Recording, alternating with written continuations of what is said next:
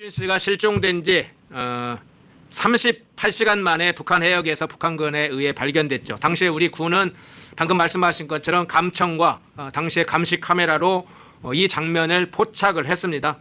이후 국방부와 국가안보실을 통해서 문재인 대통령에게 보고를 했고, 그러나 문재인은 이대준 씨를 바로 구하라 이렇게 지시를 하지 않고 다음 날 새벽에 있는 유엔 75주년 기념연설에서 종전선언을 주장하기 위해서 이대준 씨 구명, 구출, 구조 이걸 외면을 했습니다. 그 사이에 보고를 받고 약 6시간 그 사이에 이대준 씨는 북한군에 의해서 죽는 참혹한 일이 벌어지는 거죠.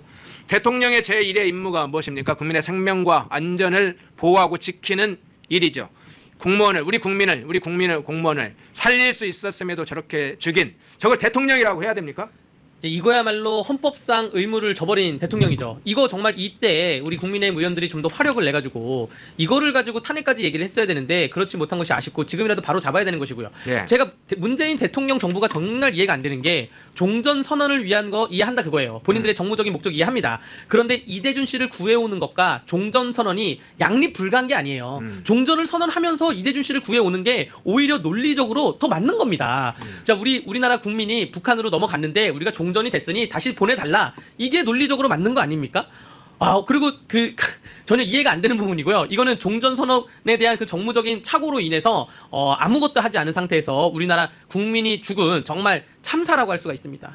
그 얘기는 북한이 싫어하는 일은 하지 않겠다 이런 어떤 문재인과 그 측근들의 심중이 거기에 담겨 있다고 봐야 되겠죠? 네, 북한에 대해서 어떠한 심기도 불편하게 건들지 않겠다라는 것이고요. 모르겠어요. 북한하고 소통을 했을 수도 있습니다. 지금 재판하고 있으니까. 북한하고 그 3시간 사이에 소통을 했을 때 이대준 씨가 만약에 다시 우리나라로 넘어오게 되면 이대준 씨가 북한에서 봤던 30시간의 기록이 있을 거 아니에요. 예. 어떠한 북한의 이러한 그 요격지에 대한 기록이 있으니까 여기에 대해서 북한이 안 내보내주겠다라고 한 건지 이거는 저희가 지금 알 수가 없는 부분인데 어쨌든 아무것도 하지 않았다. 예, 그런 부분입니다. 예, 앞에 영상 중에 주진우 의원이 이야기하는 부분이 좀 일부 있는데요. 어떤 내용이 있냐면, 자, 이대준 씨가 실종된 직후에 인천경찰청 소속 경찰 그리고 해경이 전화를 합니다. 누구한테요? 이 이대준 씨의 형인 이래진 씨에게 전화를 합니다. 이 책에 어디에 나오냐면 이 책의 30쪽, 31쪽에 그 장면이 나옵니다. 어떻게 물어보냐면 늦은 밤 9월 23일 밤입니다. 그러니까 다음 날이죠. 늦은 밤 9시 35분경에 전화벨이 울립니다. 이대준 씨가 전화를 받으니까 박모모 경위라는 사람이 혹시 이대준 씨가 평소에 북한을 동경했나요? 이렇게 물어보고요. 또 해경 중부청 수사과에서 또 얼마 있어도 바로 전화가 끊어진 직후에 또 전화가 온 다음 이렇게 물어봐요. 월북과 북한 서적에 대해 이대준 씨가 언급한 것이 있나요? 뭐 이런 전화로 한 3명 정도가 전화를 합니다. 그러니까 이대준 씨 실종 직후에 이래진 씨한테 무엇부터 물어보느냐? 월북, 불온도서 뭐 이런 것을 본 적이 있느냐? 즉 당시만 하더라도 이대준 씨가 실종된 사건이었는데 이 시기부터 문재인 정부의 주요 관계자들은 월북몰이를 초기부터 준비하고 있었던 것이죠. 이후에 월북몰이는 국방부, 해경, 국정원 이렇게 확대가 되는데요. 문정부의 이제 여러 국가기관이 조직적으로 월북몰이를 해가는 거고, 여기에 민주당 황희 의원을 비롯해서 몇 사람이 이래진 씨를 찾아옵니다. 그래서 이래진 씨에게 자, 월북을 인정하면 보상해 주겠다. 우리가 많이 보상해 줄 테니까 월북을 좀 형이 인정해달라. 이렇게까지 회유하고 협박을 합니다. 이 불온도서, 월북도서 그리고 민주당의 이런 회유 협박 어떻게 평가하시나요? 야, 일단은 우리나라 5천만 국민 중에 북한 가서 살라고 하면 가서 살 사람 아무도 없을 겁니다. 종북 좌파 세력들도 북한으로 가서 제발 살아라 해도 안 가요. 그런데 이대준 씨 공무원이 북한을 동경했다? 말도 안 되는 것이고요. 자, 월북을 인정하면 보상을 해주겠다. 국가배상법, 국가보상이 그렇게 녹록하지 않습니다. 차라리 반대로 가야 돼요. 북한이 납치를 했으니 국가가 보상을 해주겠다. 그러네요. 북한에게 납치를 당해서 피살을 당했으니 국가가 보상을 해주겠다. 이렇게 가야 되는데 월북을 인정하면 어떻게 국가가 무슨 돈으로 보상을 해줍니까? 자진해서 월북했다면 보상의 근거가 사라지겠죠. 그렇습니다. 네. 이런데 지금 모든 국가, 해경, 민주당 국회의원 이 모든 온 국가의 종북 좌파 세력들이 동원이 돼서 이 한 가정을 몰살시키는 그러한 일을 한 것이고요. 또 두 번째 논리적으로 보자면 북한이 월북하는 민간인을 피살하는 걸 본 적이 있습니까? 하다못해 이 이대준 씨는 1등 항해사도 있고 선장도 했고 8년 전부터 피살되기 8년 전부터 서해 어업 지도를 관리하던 공무원이었어요. 이런 분이 자진해서 월북하면 완전 땡큐죠, 북한 입장에서는. 백령도 지도를 그려봐라. 무슨 위치가 어디 있냐. 이런 거 다 아는 분이 월북을 했으면 땡큐인데 이런 분을 월북을 한 사람을 북한이 사살을 할 리가 없습니다. 이분은 가가지고 본인은 자유 대한민국에서 왔고 난 자유를 좋아하니 다시 우리 대한민국으로 보내달라. 내가 해류를 잘못 봤다. 라고 하니까 북한에 있는 병사들이 충성심에 있어 그랬는 것인지 어떠한 내분적인 문제인지 모르겠지만 앞뒤 논리를 살펴봤을 때 절대 월북이라고 보여지지가 않는 것이죠. 자, 뭐 자진 월북이었다고 한다면 물론 그 시기가 이제 코로나 시기였기 때문에 북한도 외부의 진입에 대해서는 통제하는 시기이긴 했습니다만 그걸 전제로 해서 이야기를 합니다. 자진 월북이었다면 사실은 북한에서 조선민주주의 인민공화국을 자처하는 북한에서 야 우리 공화국을 이렇게 신봉하는 이런 남조선 사람들이 왔어요. 얼마나 우리 수령님이 위대하면 이렇게 북한을 찾아왔겠습니까? 이렇게 선전수단으로 사용했겠죠. 그럼요. 예. 그렇다고 볼 때 이게 명백한 사건이라는 걸 알 수가 있죠. 자, 서해 공무원 피격 사건을 추적하다 보면 여러 장면들이 나오는데요. 자, 이대준 씨 앞서 얘기했던 이대준 씨를 구할 수 있는 구조를 대통령이 방치하는 문제, 조직적인 월북무리, 사건 자체를 조작하는 장면, 유족을 희롱하는 장면, 대통령 기록관 이첩을 통해서 자료 은폐, 사초 폐기라고도 이야기를 했죠. 이게 고스란히 드러납니다. 현재 당시의 관련자들 중에 서훈 국가안보실장, 박지원 국정원장, 서욱 국방부 장관, 김홍희 해양경찰청장 현재 재판을 받고 있습니다. 그런데 재판 자체가 지금 계속 비공개로 열리고 있어요.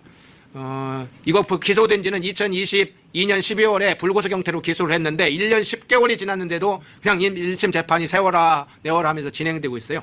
이 장면, 재판 상황까지 포함해서 이 장면 어떻게 해석을 하세요? 저는 일단은 박지원 다선 의원이죠. 네. 지금 5선인가요? 박지원 의원이? 네. 박지원 의원이 법사위로 갔을 때 아니 이 사람이 왜 법사위로 가지? 다선 의원들은 대부분 외교위원회를 가던가 다른 편한 위원회를 갑니다. 법사위는 최고 심사를 하기 때문에 엄청나게 고단한 위원회예요. 그래서 초선이나 재선급 중에 특히 법률적인 지식이 있는 변호사 출신이나 검사 출신이 가는데 박지원 의원이 이 재판 때문에 법사위를 고집한 거라 저는 보여집니다. 법원 조직법 57조에 보면 재판은 공개하도록 되어 있는데 그 단서 조항에 국가의 안전 보장이나 안녕 질서를 위해서는 비공개할 수 있다라고 되어 있어요. 이게 지금 국가의 안전 보장하고는 사실 크게 관련이 없습니다. 그냥 우리나라 국민 개인이 북한에 납치돼서 피격된 거예요. 국가 안전 보장이라는 것은 뭔가 군인들끼리의 총격전이 있던가 혹은 정말로 고도의 그 국정원 직원이 문제가 되던가라고 해야 되는데 일반 평범한 국민인 평범한 공무원이 북한에서 피살된 사건이기 때문에 이 재판은 공개를 해야 된다 보여지고요. 예. 아까 말한 그 비공개 사유 중에 법원조직법 57조 제3조에 보면 이렇게 비공개 결정을 한다 하더라도 재판장은 적당하다고 인정되는 사람에 대해서는 법정 안에 있는 것을 허가할 수 있다고 되어 있어요. 이 적당하다고 인정되는 사람 바로 유족들이죠. 그죠. 유족은 당연히 참석을 해야죠. 이 서해일기를 쓰셨던 동생분이나 이런 분들은 법정 안에서 재판을 지켜볼 수 있게 해야죠. 내 가족이 우리 형이 내 남편이 왜 죽었는지는 알아야 되지 않습니까? 그런 것이고 재판도 좀 신속하게 진행이 돼야 된다. 앞으로는 이렇게 재판을 받고 있는 국회의원들은 법사위에 있어서는 안 됩니다. 예. 자, 서해 공무원의 피격 사건의 주범이 누굽니까? 앞서서도 서저희준님, 문재인이 죽음을 책임져야지 이렇게 주셨나요? 올라가가지고 다 읽어 못 드렸네요. 그렇죠. 주범은 문재인이죠. 서희준님, 문재인을 대통령이라 생각 안 하면 수치다 이렇게도 주셨네요. 자, 문재인 주범 문재인 피격 직전에 사실은 구할 수 있는 그 중요한 순간에도 구조를 하질 않았고 월북몰이를 하도록 사실상 지시 또는 방치를 했고 관련 자료를 직접 대통령 기록관에 이첩하도록 지시를 한 건 또 문재인이고 사건을 은폐하고 조작하는데 핵심적으로 개입한 게 또 책임자가 문재인이죠. 그런데 문재인은 수사 대상에서 사실상 제외됐고 현재 재판도 받고 있지 않습니다. 이 문제는 어떻게 평가를 하세요? 지금은 수사 대상에서 제외되고 있지만 예. 이 재판 과정에서 뭐 각종 자료나 문서 제출 명령으로 증거가 현출되거나 증인신문을 통해서 뭔가 명확해진다면 문재인 대통령에게 보고가 가서 용인 혹은 지시를 내렸다라고 하면 문재인 대통령도 반드시 수사 대상에 올려야 되고요. 만약에 다음날 이 피살 다음날 종전선언이 없다고 하면 대통령에게 보고가 안 갔을 수도 있겠다라고 생각이 되는데 대통령이 다음에 문재인 대통령이 직접 종전선언을 앞두고 있었기 때문에 저는 반드시 보고가 있었고 용인 또는 적어도 지시를 했다고 보여집니다. 담당 검사는 이 사건의 공판 담당 검사는 문재인 대통령을 일단 증인으로 신청해야 된다고 저는 봐요. 보고라는 것은 혼자서 보고하는 게 아닙니다. 손뼉이 마주쳐야 되는 것처럼 한 명이 보고를 하면 한 명이 보고를 받는 것이거든요. 예. 그래서 보고를 한 사람이 있고 보고를 받는 사람이 있기 때문에 보고를 지금 한 사람들이 지금 재판을 받고 있는 거 아니에요? 박지원 국정원장 등등 사람들이. 그럼 보고를 받은 사람 문재인 대통령을 증인으로 불러가지고 보고를 받았냐 안 받았냐 등등에 대해서 신문 절차가 진행돼야 된다고 생각됩니다. 예. 자, 서해 공무원 피격 사건 서해 일기로 드러나게 된 새로운 장면 유병호 사무총장이 감사원 직원들에게 좀 책을 읽어보도록 그렇게 했던 것이 주요한 화두가 됐네요. 중요한 또 사건을 부각시키는데 유병호 사무총장, 주진우 의원 좀 감사드리고요. 특히 요즘 주진우 의원 활약이 대단하신데 이런 중요한 이슈들을 국회에서 부각시키고 쟁점화하고 그것이 수사의 중요한 기폭제가 되도록 만들어준 것도 고맙게 생각합니다. 자, 첫 번째 이슈 다뤄봤고요. 두 번째 이슈로 넘어가 보겠습니다. 자, 지금 근래 한 며칠 사이에 가장 중요한 이슈로 떠온 게 지금 방북 전세기 수사 문제이죠. 이달 초에 조명균 전 통일부 장관 주거지 압수수색을 했죠. 그거에 의해서 지금 전주지검이 어제도 통일부를 압수수색을 했습니다. 2018년 남북평화협력기원 남측예술단 이 우리 예술단이라고 부르죠. 이스탄국 방북 전세기 선정과 관련된 증거물들을 확보하고 있다고 검찰이 지금 밝혔는데요. 일단 어제 통일부 압수수색, 교류협력실에 있는 PC 등을 압수수색을 하고 있다 이렇게 밝혔는데 일단 압수수색 이 사건 어떻게 보시나요? 이 북한을 갔을 때 2018년에 북한을 예술단이 방문했을 때 여객기가 있고 화물기가 있습니다. 비행기가 2대가 갔어요. 예. 즉 문제가 되는 것은 여객기, 이스타항공 여객기입니다. 2018년도 당시에 우리나라 여객기 항공사는 대한항공, 아시아나항공, 제주항공, 티웨이항공, 진에어, 에어부산, 이스타항공, 에어서울 13개 그걸 다 읽고 계세요?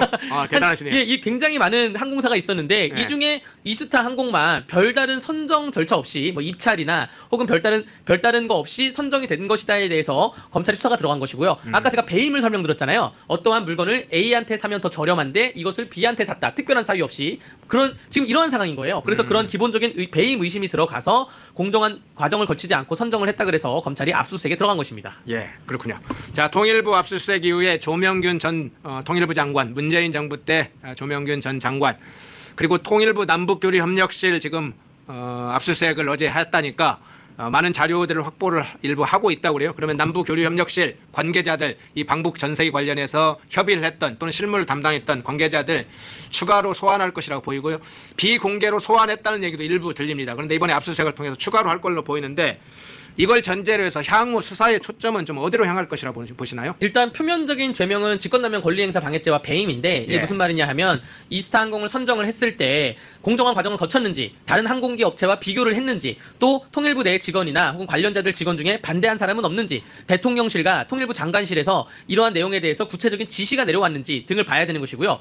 제가 궁금한 거는 네. 전 사실 여객기보다 화물기가 더 궁금해요. 화물기가 궁금하다기보다는 화물기 안에 무엇을 실었느냐가 궁금한데 대한항공이 화물을 운송했다고 그랬죠? 예, 그것도 원래 급하게 대한항공으로 변경이 된 건데 네. 화물기에 무엇을 실었는지가 왜 궁금하냐면 지금 진보 정권에서 네. 북한을 공개적으로 가기도 하고 비공개적으로 왔다 갔다 거린 사료들도 있습니다. 네네. 그런데 한 번 방문하면 다 퍼주고 와요. 퍼주고 온다는 개념이 뭐냐면 공연을 하려 가면 공연 장비들을 갖고 가지 않습니까? 그 장비들을 거기다 주고 옵니다. 그러니까 뭐 보통은 공연을 하면 공연 한 측에서 돈을 받고 대가를 받는데 네. 우리의 경우에는 방북을 하거나 공연장에 가면 오히려 북한한테 주고 오죠. 주고 와요. 예. 네. 카메라를 갖고 가요. 예전에 지금 같은 디지털 카메라 시절에는 카메라를 갖고 가면 테이프만 빼고 카메라를 거기 주고 와요. 이런 게 예전에 국감에서도 좀 문제 제기가 항해 많이 이런 게 있었거든요. 네. 그래서